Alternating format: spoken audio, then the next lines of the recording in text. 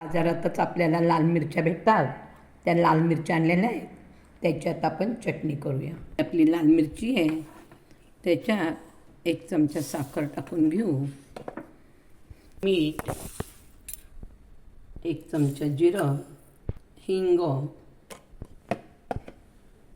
हे आता आपण मिक्सरमधनं काढू. आपली वाटून झालेली मिरची याच्यामध्ये अर्धी वाटी लिंबाचा रस टाकून घेऊया.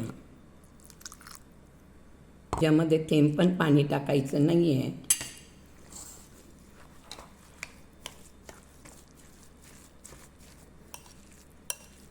ह्याच्यामध्ये अजून 1 टेबलस्पून लिंबाचा रस टाकलेला आहे.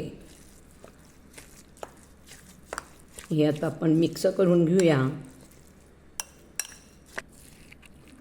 जिरी मोहरीची फोडणी देऊया. फोडणी नाही दिलं तरी चालेल, पण फोडणी आमच्या इथे आवडते म्हणून मी फोडणी देते. जिरं टाकून घेऊया, मोहरी, हिंग आणि करू आपण ही फोडणी आपण ह्याच्यात टाकून घेऊ.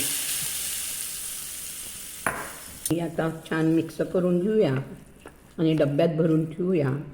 ही बऱ्याच दिवस टिकते. मिरची बारीक करताना पाणी अजिबात वापरायचं नाही.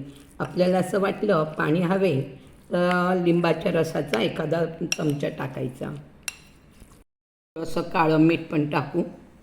ही आपली छान आंबट चटणी तयार झालेली आहे. करून पहा, लाईक करा, शेअर करा, कमेंट करा.